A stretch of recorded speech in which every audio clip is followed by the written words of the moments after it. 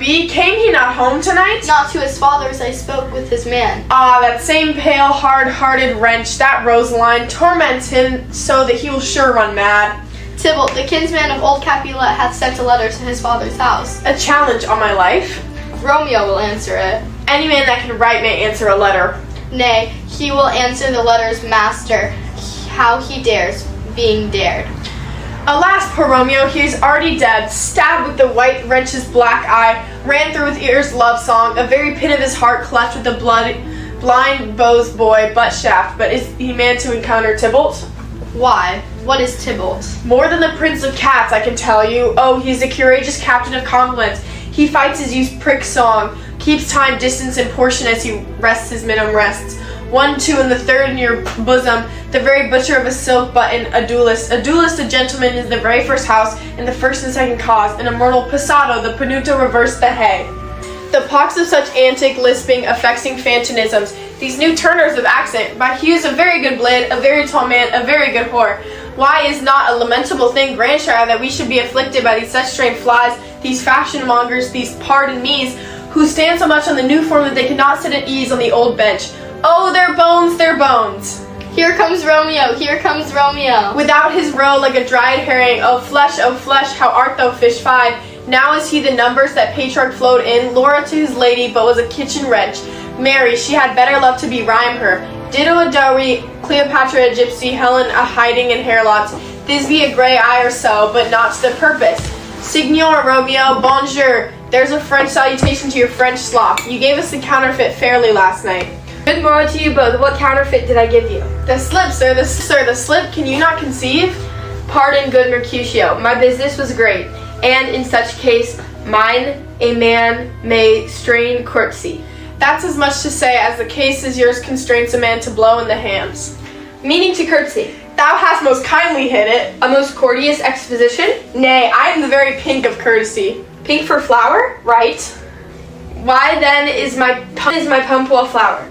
Sure wit, follow me this jest now that thou hast worn out thy pump, that when the single soul of it is worn, the jest may remain, after the wearing solely singular.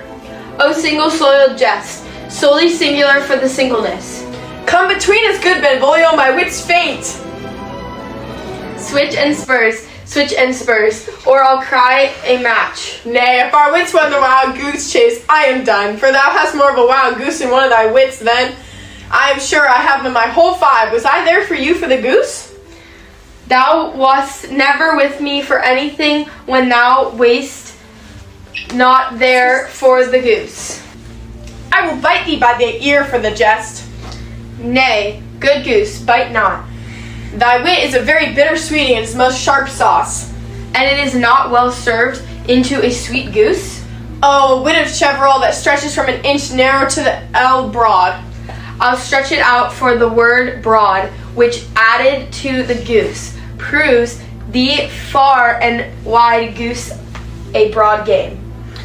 Why, is this not better than now groaning for love? Now art thou sociable, now art thou Romeo, now art thou what thou art thou as well by nature, for this driveling love is like a great natural that runs, lolling up and down to hide his bauble in a hole. Stop there, stop there.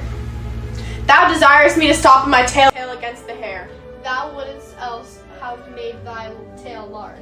Oh, thou art deceived. I have made it short, for I was to come of the whole depth of my tail, and meant indeed to occupy the argument. I can tell you, but young Romeo will be older when you have found him than when you sought him. I am the youngest of that name, for fault of a worse. You say well. Yea, is the worst well? Very well took, I faith wisely. If you be he, sir, I desire some confidence with you. She will indict him to supper. Abad, Soho! What hast thou found? No hare, sir, unless a hare, sir, and a Lenten pie that is something stale and or ever it be spent. An old hare whore and an old hare whore is very good meat in Lent, but a hare that is a whore is much too fourscore when a whore ere it be spent. Romeo, will you come to your father's? We'll dinner thither. I will follow you. Farewell, ancient lady, farewell. Lady! I pray you, sir, what saucy merchant was this that was so full of his ropery? A gentleman, nurse, that loves to hear himself talk, and will speak more in a minute than he will stand to him alone. And if speak anything against me, I'll take him down. And it were lustier than he is. And 20 such jacks, and if I cannot, I'll find those that shall. Scurvy Nav, I am none. On his flirt gills, I am none of his gamemates. And thou must stand by too, and suffer every Nav to have me at his pleasure. Cut the. I saw no man use you at his pleasure. If I had, my weapon should have been out. I warrant you. I dare draw soon as another man, if I see occasion in a good quarrel, and the law on my side. Scurry Nav, pray you, sir, a word. And as I told you, my young lady bade me to inquire you out. What she bade me away, I will keep to myself, but first let me tell you, if you lead her in a fool's paradise, as they say, or a very gross kind of behavior, as they say. For a gentlewoman is young, and therefore you should deal double with her. Truly it were, and I'll think to offer to any gentlewoman, and yet a very weak dealing. Nurse, commend me. To thy lady and mistress, I protest unto thee. Good heart, and I faith, I will tell her as much. Lord, Lord, she would be a joyful woman. What wilt thou tell her, thou dost not mark me? I will tell her, sir, that you do protest, which as I take it is a gentlemanlike offer. Bid her devise some means to come to shrift this afternoon. And there she shall at Friar Lawrence's cell be shrived and married. Here's for thy pains. No, truly, sir, not a penny. Go to, I say you shall. This afternoon, sir, well, she shall be there. And stay, good nurse, behind the abbey wall. Within this hour my man shall be with thee, and bring thee cords made like a tackled stair, which to the high-top gallant of my joy must be my convoy in the secret night. Farewell, be trusty, and I'll quit thy pains. Farewell, commend me to thy mistress. Now God in heaven bless thee, hark ye, sir. What sayest thou, my dear nurse? Is your man secret? Did you never hear say, two may keep counsel, putting one away? Warrant thee, my man's as true as steel. Sir, my mistress is the sweetest lady. Lord, Lord, when 'twas a little prating thing, oh, there's a nobleman in town, one Paris, that would fan lay knife aboard, but she, a good soul, had a leaf see a toad, a very toad, I see him.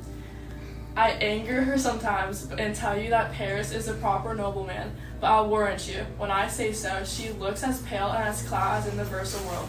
Doth not Rosemary and Romeo begin with a letter? Hey nurse, what of that? Both with an R? Adam Walker, that's the dog's name. R is for the, no, I know it begins with some other letter, and she has the prettiest sententious of it. Of you and Rosemary, that would do good to hear it.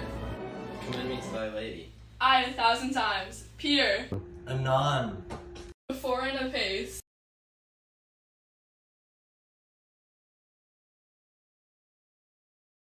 Anon. I saw no man use you at his pleasure. Go to, I say you shall. This afternoon, sir, well, she shall be there. And stay, good nurse. Go again.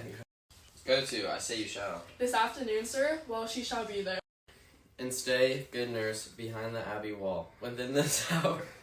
The bodily hand of the dial is now upon the prick of the noon. Out upon you, what a man are you? One gentlewoman. One gentlewoman. One gentlewoman that God hath made for himself. One gentlewoman that God hath made for himself to mar.